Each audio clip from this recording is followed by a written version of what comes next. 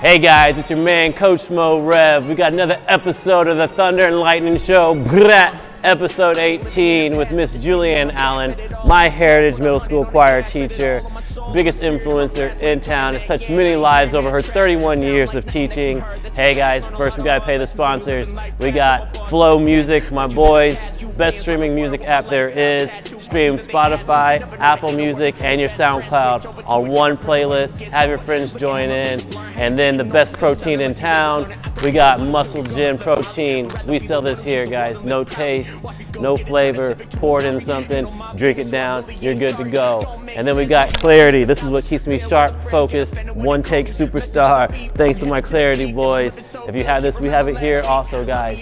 And CBD salve, guys. We have this here. It's how I do my soft tissue, keep my athletes feeling good, feeling fine, feeling fresh. Hey, enjoy the show. Hey guys, welcome to the Thunder and Lightning Show, episode 18? 18. I have a special guest with us today, Miss Julianne Allen, Heritage Middle School choir teacher, my choir teacher. Miss Julianne Allen has touched so many lives, so many kids. If you ask any kid who's ever went through Heritage Middle School and went through the choir program, they will say, I love Miss Allen. Miss Allen's the best. She's my favorite teacher, which is a fact. To me and to so many others, you have impacted our lives. You were that teacher that was real, is what you could say.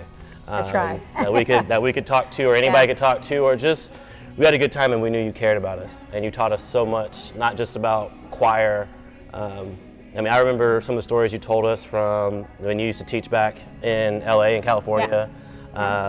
She would drop it to us real all the time, and it was appreciated.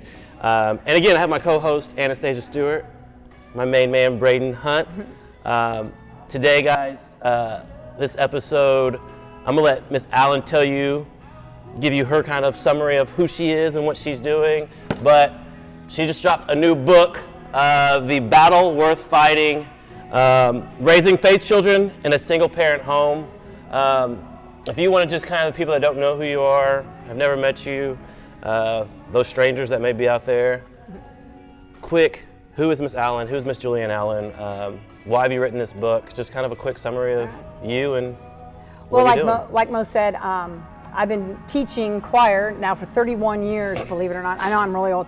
No. But I've been teaching for 31 years, and 17 years ago, I was widowed, and I raised 2 kids by myself. Haven't completely finished one of them. He's almost there. Almost there. He's a junior in high school. But at the time that I was widowed, he was 5 months old. And so during that journey, I've made a lot of mistakes. I've done a lot of really bad, dumb things. Yeah. And then I've had to fix them. And I've also watched and become very observant of the kids in my classroom and the things that are affecting them, that their parents are doing that affect them, positive and negative. And I've tried to put it into a book to kind of help people shortcut and not have to make the mistakes that I made, and hopefully do a better job with raising their kids and getting kids out there that recognize how important faith is and how important it is to have that faith base. And mainly I want parents to recognize how important their job is, because I don't know that some of them do. Yeah. I think they kind of go, well, it takes a village, so I'll just rely on the village. And it's like, no, you got to be active in that village. Yeah, you really do. And so, I mean, yes, it takes a village, and I've been surrounded by some amazing people who have come alongside and helped out, and still are. Yeah. But the most important thing is that I've been able to keep God at the center of our home, and that has made a huge difference for us. So yeah, that's one of the things that we always say is make less mistakes than I did, and that's with all the kids that I work with. I tell them I've done this, I've done that. You guys are going to make less mistakes than I did. Exactly. I may be hard on you, but there's a reason why. But there's a bunch of what not to do. Yeah, exactly. Going through this now, you said you have a son at Colleyville Heritage, big time kicker. He's a football kicker. Yeah. You know, and you just, I mean, being so pivotal in the community. Did you set out to do that? Did you set out to be, when you first started teaching, did you know that was a calling, or did it kind of end up being that way, or? I knew it was a calling. I mean, especially when I started at Heritage. I had 4 years earlier, like you said, in Southern California. That was in the hood.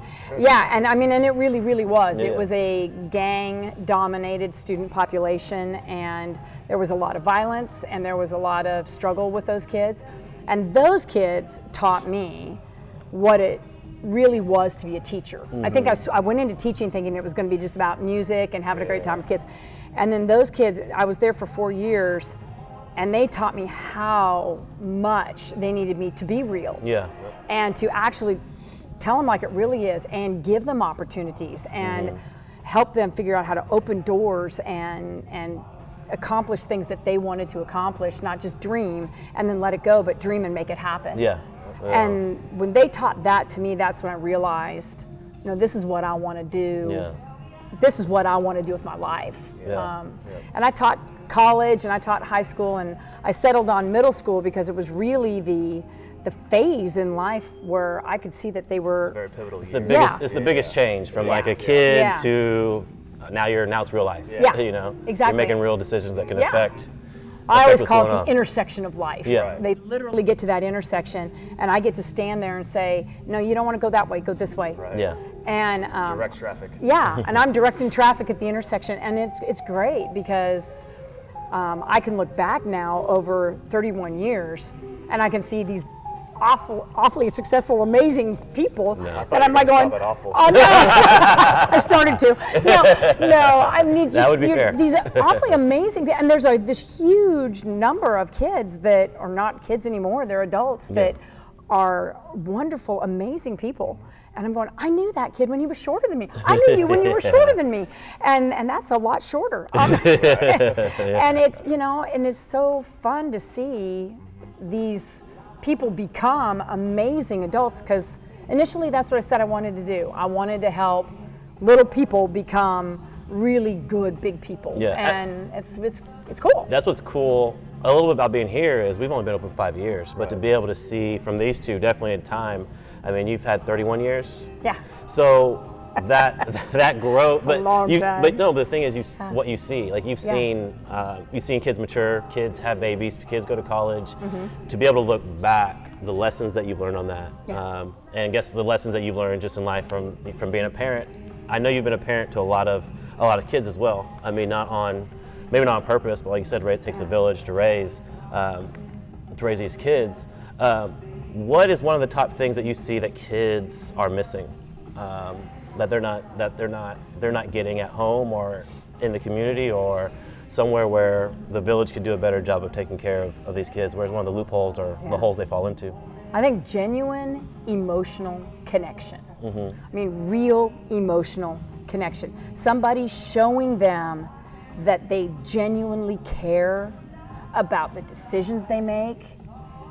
They genuinely care. Not, I care because you're going to break some rules and embarrass the family, or I care because what you're doing is illegal, or no, I care because I see how this will impact your future, and I don't want you to go there. Yeah. Like you said, make less mistakes than I made. Yeah.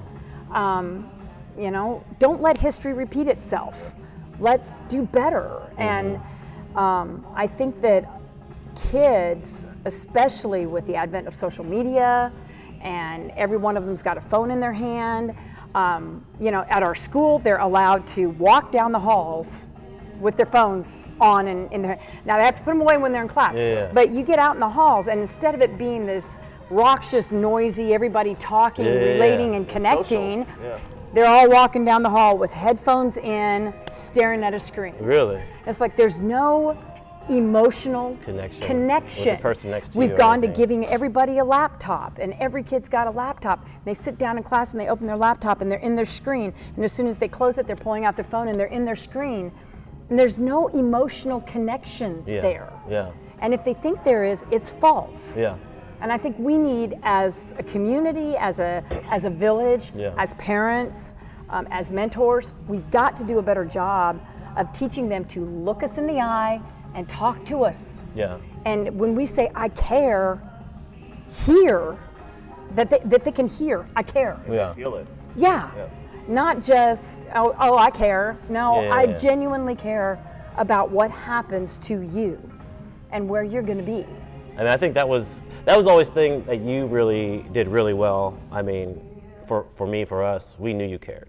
And truthfully, most of my coaching style, coaching technique, the way I deal with kids, I mean, I can directly pattern on how you coached us, directed us, inquire, Mr. Dietrich, and it sounds funny, but that's where I picked up most of my skill set of dealing with kids or talking to kids. I repeat things you guys repeated to me, or you know, with Mr. Dietrich, all the crazy things he used to say to me, say to us. That's how He says those crazy things. Yeah. I mean, but that's where I learned it was from you guys. You guys were the ones that cared, taught us, worked us hard. And you know, most people think it was from football, but my football coaches were doing a job, right? Yeah. That was their job. They cared, but that was their job. You were able to kind of, not your job, you cared about us, period. If it was work or if it wasn't work, that's what it was. Well, we also have the advantage in music that there's not a state championship on the line every year. Yeah. I mean, you do have a little bit more flexibility in that setting to, I mean, not that you cannot produce a quality product, and I think we always do produce a quality product, but tons of trophies. But there's a way. We have a little more the pressure's leeway. Not the same. Yeah, there is not that. Yeah, nobody's looking at our win-loss column. The way they're looking at the win-loss column of the coaches. Yeah. And so I think that puts a different pressure on a coach that is, in That's some ways, a little unfair. It can distract them too for like what they're really in there to do, which you're there to coach kids and help kids, right? When you add that pressure, your mindset can be shifted. Exactly. You know what I mean? Well, it's your job. Exactly. It's how you feed your family, and the win-losses matter. Dictate. So that's they do. it's a little bit different. Yeah. That's a good insight. Thank you for that, Miss Allen. Always there for the insight. What is one of the top two? What do you think people will get most out of this book? What did you enjoy most out of writing the book that you thought people needed to receive and needed to know? Well, I wrote a lot about what I call parent pride. I think we're all, I mean, once you have kids, this switch flips and you become so intensely proud of that child. But there's also that danger of, I want my kid to be the winner. I want him to be the champion. I want him to be the best. He's going to be the one on the state championship team. And we turn into that parent that doesn't want anything bad to happen to our child. And some bad things that happen to our kids are the best thing to happen to our kids. Yeah, the biggest lessons are in that. Yeah, and we have to allow them to stumble. We have to allow them to fall. We have to allow them to get cut from a team or not make a team or get traded from a team. You know, my daughter worked and worked and worked to make the A team in cross country in middle school. I had to allow her to go through that struggle. It was hard to watch her go through that struggle, but that's what gave her strength to go through some of the struggles that she goes through now. I watched my son get cut from teams that it broke his heart, but then he turned right around and was like, I'm not giving up. That's where he gets his fight. That's where he gets, you know. Kids can't learn to bounce if they never fall. And so I think one of the biggest problems parents have is not realizing that it's the mommy pride that wants to be seen as the mommy of the kid with the blue ribbon. And that really has nothing to do with what's best for your kid. What's best for your child is that he come into a place like this and learn to work harder and get stronger and faster the hard way. So that he knows the value of the work and his work ethic is raised up. And that, you know, and that she knows she can be powerful. Not that she just can like listen to people talk about how women should be powerful, but that she really can be. She's gonna learn that in here, working that extra because she got cut or didn't make the team. Not because mommy called the coach and took care of things to make sure that her daughter was on the team so that she could say, but my daughter's on the team. And I think we say as parents, oh, no, I want what's best for my child. But we want what's best I think we accidentally want what's best for our child if it looks good. For us. Yeah. If I can post it on my Facebook page and look good about it, then I want what's best. But I don't want what's best for my child if it means I got nothing to post on Instagram. Exactly. You know? Yeah. No, that's something we do. Like you hear helicopter parents or different stuff like that, and I see it all the time. I deal with parents where they think their kid should be the best, and they come here, my kid needs this, he needs this, and he needs this, and just do that. I'm like, well, I kind of been doing this for a while. I kind of know how to get there. Let me do my thing. At this point, we just listen, and then we go on and do our thing. Yeah. Be at the end. But you're right on that. Is you're worried about Bobby Sue or Susie Bob, whatever. You don't want their feelings to get hurt. You call the coach, and now not only does that affect the other kids, because we hear it. We hear it we hear it in here how, oh no, we can only have 12 people on the team, or we're not doing this because so and so's mom called, and you're doing more damage to the kid because now all the kids look and they're like, oh my gosh, like her mom called, that's why we can't do this.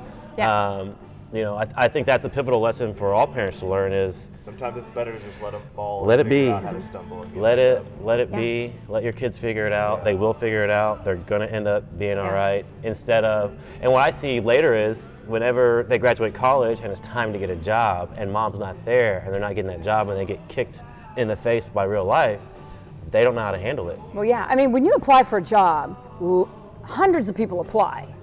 One person gets the job. Hundreds of people are still applying. And if you don't know how to bounce from that, because you've never had to deal with disappointment, because mama just wouldn't let it happen, you've got a problem. And I think at that age, it takes a little longer to even to learn those lessons. Yeah. You just don't have that resilience that was supposed to be built way back. And we're so worried about, but I don't want my child's feelings to get hurt when they lose a game, or, and I wrote in my book, think back to when you were in little league sports of any kind. Can you recall the score of a game? No. Can you even recall your win-loss record from when you were 9? No, you can't. No. That's not what mattered. You learned to work hard. You learned to do things differently. You learned to get along with people. Yeah, get along with people, teamwork, all of those things. But we're wanting to prevent our kids from having those disappointments that teach those very lessons. So we're throwing participation trophies at them, and I read some studies, there's psychological studies out now that say that those are causing kids to have worse self-esteem problems and lowering work ethic because it has cheapened success. So they don't know if they ever really have met with success because everybody's getting a trophy anyway. And if they haven't met with success, they can't identify it, nor can they identify success. And I mean, we're really doing our kids a disservice, and it's time to say, no, they won and you didn't. And if that bothers you, go back to the gym and work harder. I mean, then you have decisions to make, right? You're either going to work harder, you're going to give up. I mean, you get to see who you are instead of mom taking care of it or dad taking care of it. I'll call the coach. Force you to think further, right? Instead of, okay, I showed up, so that means I get my critical thinking skills. Exactly. It's developing those critical thinking skills. To actually analyze what's going on here. How do I get better? What I need to do. I think that's pivotal too in life is to figure out, if you have a problem, how are you gonna attack it? How are you gonna get over that hump? What are you gonna do about it? Exactly. Because they're going to be there. Right. They're going to be there. Oh, they just keep coming. I mean, they do. They just keep, I mean, I was widowed and I've raised 2 kids all by myself. Those problems, they just keep coming. I mean, that's life. That is life. And that's how sports is supposed to prepare you to do bigger things in life. Everybody, at some point, our choir, like I tell you in choir, I wasn't the best at choir, but I learned how to work extremely hard at choir. I learned how to fit in. Especially in a choir, your voice can't be overpowering everybody else's voice. You have to blend together, and you have to constantly be working at all times and listening to everybody and taking in everybody's account. Right. Those are the benefits of those things growing up and learning. That's why we have choir in school. That's why you have the arts in school. That's why you have sports in school.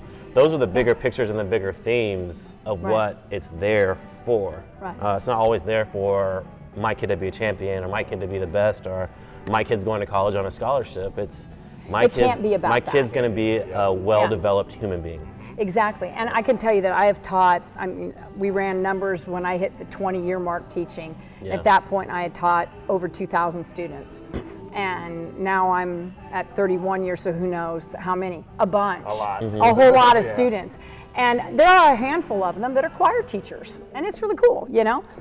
But out of several thousand, couple thousand or more, I can name 5 or 6 choir teachers. Yeah. Yeah. That means there's a whole lot that did not go into music. Yeah, doing a lot of other things. You know, and so if it was all just about the music, I would have really missed what I was there to do. And I think that's what's cool about going into something where you are dealing with kids. So like what you said earlier, you thought, you know, when you first started teaching, that's going to be about the music, this, that, blah, blah, blah. I mean, same thing when I got into this, like it's about the training, you know, I'm training kids to be better. But actually, specifically with kids, it's most of the time not about that at all. It's about helping them, guiding them through life and helping them figure out who they are through a means of choir or fitness or sport, exactly. things like that. Yeah, and really finding that best self. Exactly. Helping them find their best self, not necessarily helping them find their best skill or their best strength, but their best self.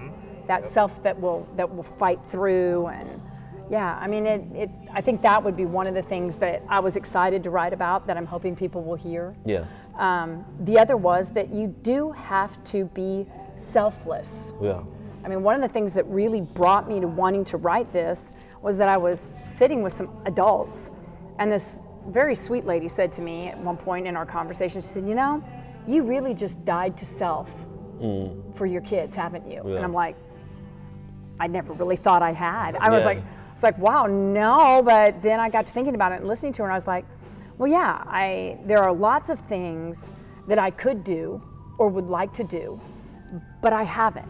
Yeah. Not right now, because until my son graduates from high school, I have a task to finish, and I need to finish that. And I can't just worry about if I want this or I want that. Yeah. I'll have time to do that later.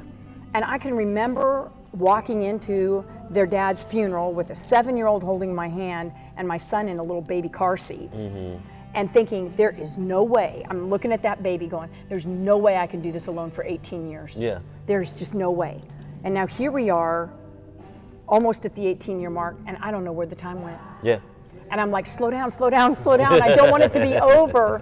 I mean, I treasure all the memories that I've got of all the things that I did with my kids, the times that I spent with them. And I'm like, and I know that there was a phase in there where I thought, this is going to last forever. I'm never going to not be picking up colored plastic off my living room floor. I'm going to forever be washing baby barf out of my clothes and all of that.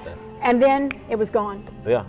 That's the one. That's one of the weird things about, you know, just time and having perspective of time. I think another thing that people need to realize is, you know, you think everything is going to be like with kids, right? Everything is right now. You know, that this is the end of my life. I embarrassed myself in front of everybody. I can never live again. Yes. Right? And then you really realize it's not that big of a deal, and you have so much more time. And I try to impress on my kids. I'm like, high school is only 4 years of your life. You know, hopefully you've 80, 90 years. Don't let that 4 years, that 8 years of school ruin the rest of your life. Yeah. Because there's so much more to it than just that short amount of time that you're in. That split second of life is really what it is. Yes. That quick. Yes. And it's not even a quarter of your life. Yeah. And they feel like they're ready to sacrifice everything to be, you know, happy in this moment right now. And then they're not necessarily really happy. And that moment then ends up ruining the next 60 years after high school. I mean, I tell my students that all the time. I'm like, you graduate from high school at the age of 18, chances are, you know, you live to say 80. Yeah. There's 62 years after that. Yeah. Right? That you got 62 years of living. So I'm like, you can pick the 4 in high school or the 62 after. Yeah. But you kind of have to make a choice. Yeah. Because if you're going to really live it up in those 4, you're going to sacrifice the 62. Yeah, it's going to hurt. Yeah. So. So the battle worth fighting for. You know, how has placing faith and you know, your belief in God, how has that helped get through it? And how do you see it can help others kind of tackle some of the things that they're going through, parenting wise, and as a parent, actually, let's just keep it that. Keep it well, simple. I mean, as a parent, I can tell you that there have been some really lonely times. really lonely times, especially when it came to making really big decisions. Yeah. And I didn't necessarily have anybody to talk to about it. Yeah. The other ones are those moments when things go really good for me and my kid has had a bad day, and so they really don't care what's gone good for you because they're in the moment and their day was bad and that's all they want to talk about. Yeah. And so there was a lot of loneliness, and my faith told me that I was not alone. Yeah. And having that got me through some of those really empty days that felt just almost oppressive. And also the affirmation that we get from grace, knowing that God loves us, knowing that I'm loved and I'm not alone and I'm accepted, and that God's given me what I need for this moment. I mean, I would have never thought I would have written 2 books. I'm dyslexic. I don't even read books. I mean, and I've written 2. Yeah. But God gave me what I needed to make those happen. And that's how the whole process has been. Every time I've come up to something like trying to put together a highlight reel for my son, I don't know video, I don't know what to do, and then the right people are put in my life, and there it is. Yeah. Knowing that God has got it and that God is walking through it with me has made it tremendously different. And I think sometimes the panic that a single parent feels, the loneliness, the being overwhelmed, faith tells me that you don't have to feel those things, that God's got it and you can trust Him. Yeah. And then also being able to tell my kids that they are so precious in His sight. Yeah. And that they are created so valuable. And yeah, you might have a mistake here and there, but you're forgiven and you're loved. And to be able to share that with my kids, then that makes God a loving parent in the house with me. Yeah. And we pray about things together, and we talk about what would God have us do with these. And those things are just, they're so important. I could not imagine having done this without my faith. There's just no way. There's no way I could have done it. That's amazing. I'm glad you came on the show. You know what, Anastasia, you're silent over there. You got any questions for Miss Allen? Have you grasped anything from her words of wisdom? Well, I mean, I was raised in a 2-parent home with an atheist mother and a Buddhist dad. Okay. So there wasn't, I don't relate to a whole lot of all of this, but a lot of my parents never really were helicopter parents. They would kind of just drop me at the bar and be like, See ya. Kid. Yeah. And then in horseback riding, that is a sport. It is a sport. I'm giving it to you. The horse is really athletic. There was never, ever a participation trophy. Yeah. It was always 1st, 2nd, 3rd, 4th, 5th, 6th, 7th, 8th. Yeah. You never, and it wasn't, and the hardest thing about horseback riding is that it's not always about you. It's about your horse. It's about how you look. It's about what jacket you have on. It's about how skinny you are. It's about a bunch of other things that doesn't even have to do with your talent. But being in that sport and being in that, knowing that I had a lot of struggles because there was a lot of time where I didn't show well. There was a whole year that I had a really rough show, circuit, and it taught me a lot about myself, and it taught me a lot about how, as long as I know that I'm doing my best every day, that's all that really matters. It doesn't matter what color ribbon I have. It's how proud I was of me and my horse in those 2 minutes that I went around and jumped those 8 jumps. That's what, at the core of it, that's what matters. I love that, Anastasia. You always warm my heart with your words. It's beautiful. Anyways, so I mean that's kind of what raising kids, or putting kids in sport, putting kids out there. That's what's important about sport. That's what's important about having kids and letting kids learn on their own and learn lessons and be able to fail.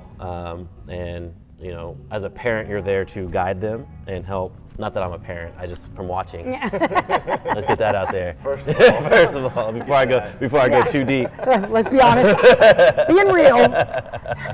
But you know, you're there to let them fail and let them as hard as it is to see your kid fail, because you don't want to see that. You know, we also got to let them, because the lessons they learn and those moments from being on their own, that really ultimately is your job, is to teach them how to function as an adult human being someday and raise their own kids. And a great great way to do that is through sport and letting them fail, and you working on you being a good parent to be able to let them do that. I think one of the biggest things that I hear from you that I really liked and that I appreciate is the mommy pride. And it's hard to keep in check. I can tell you that it is. It's a battle. It is. It really is, because I am so insanely proud of both of my kids. I will tell you all the amazing things they've done. Just you give me a minute and I'll fill it with accolades for my children. But as much as they've accomplished some really great things, they've accomplished them because I realized that there would be times where I would the best thing I could do for them was cry with them. Well, and that was it. Because it breaks your heart when they're hurting. And so, you know, my daughter would struggle and she would be hurting, and the best thing I could do is just sit with her and cry with her.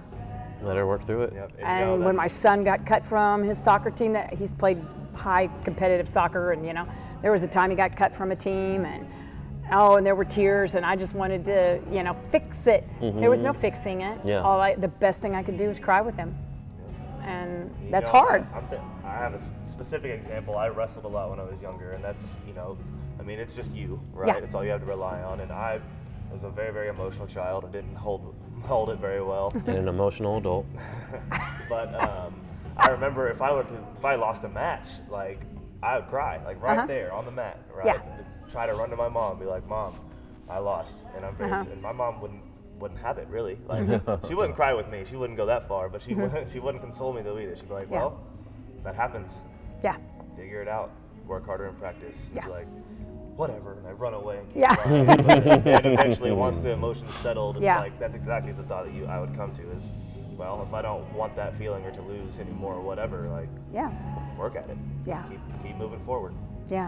But you know, I can remember once after a CHHS football game, my son's freshman year, the boys' first game, they didn't just get beat, they got soundly annihilated. Okay, I mean, we're talking, it was destroyed. It was an obliteration. I can't remember the score, like I keep saying. Who remembers? I know that we scored 0. And I know the other team scored a lot. Okay.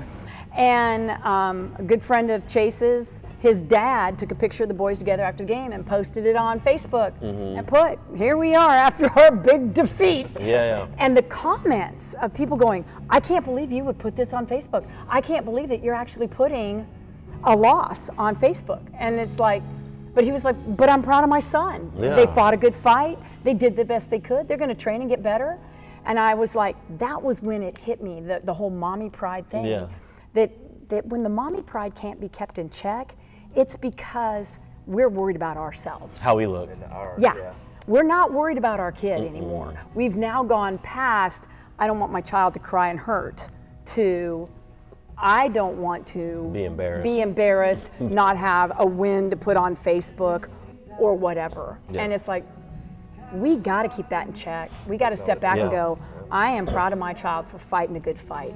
And I think social media even has a lot to do with that, because it puts it out front. You can see it. What do you see on social media? You see the winners, right? What's the good? All the the wins, the perfect whatever. You never see a loss put up there, or the ugly side of life. Nobody puts up their failure reel.